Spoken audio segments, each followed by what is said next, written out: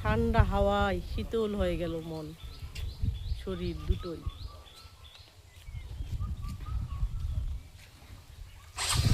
আমরা আম বাগান ঘুরতেছি, গাড়ি রিজার্ভে, সেই সাথে সাথে ঘুরতেছি প্রকৃতির মনোরম দৃশ্যের মাঝে। এই যে আম বাগানগুলো সব আমাদের বড় ভাইরে নিয়ে আসে, আমরা অনলাইন মার্কেট থেকে সেখান থেকে আম কিনি, পিএস অনলাইন মার্কেট থেকে। এই বাগানগুলো প্রচুর, এটা আরানি, রাজশাহী আরানির মধ্যে প্রচুর আম বাগান আমাদের রাজশাহী আরানিতে নিয়ে আসে। পর্যায়ক্রমে আমাদের মূলত গোপালভোগ দিয়ে শুরু করবো, তবে গোপালভোগ আমটা কম দিই, গোপালভোগ আমের অনেক সময় বেশিরভাগ রিপোর্ট হয়। খিরসাপাত আম হলো আমের সেরা, খিরসাপাত দিয়ে শুরু করব এবং আমরা পাকা আম দিব কমপক্ষে মে মাসের 25 তারিখের পর। এর আগে আমরা আম বাগান ঘুরতে আসি, আম বাগান ভিজিটে, সেই সাথে প্রকৃতিরও ভিজিট হয়। চমৎকার প্রকৃতির মনোরম পরিবেশ, নিরিবিলি, খুব চমৎকার। আসলে আমার মনটা হলো পাখির মন।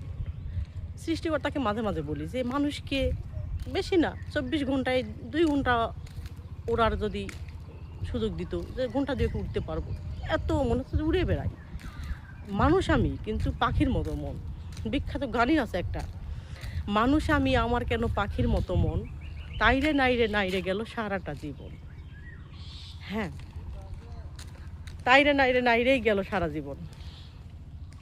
যাক না, এভাবেই কেটে যায় জীবনের শেষ দিন পর্যন্ত, যেন কর্মের ক্লান্তিটা নিয়েই চলে যেতে পারি, এটাই চাই।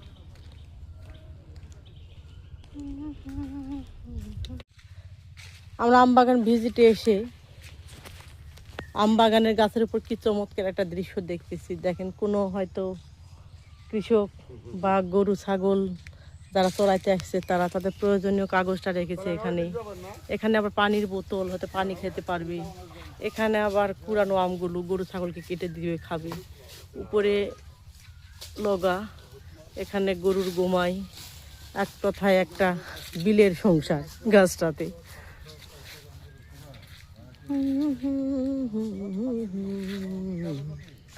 লা লা লা,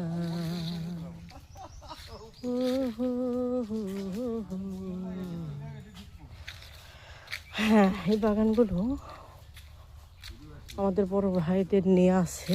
আমরা বাগান থেকে আম নিই, তো আমের পুরো মৌসুমটা আমাদের আম বাগান ভিজিট, আম নিয়ে, আম প্যাকেজিং, আম কুরিয়ার, মানে আম নিয়ে আমময় জীবন চলে আমাদের।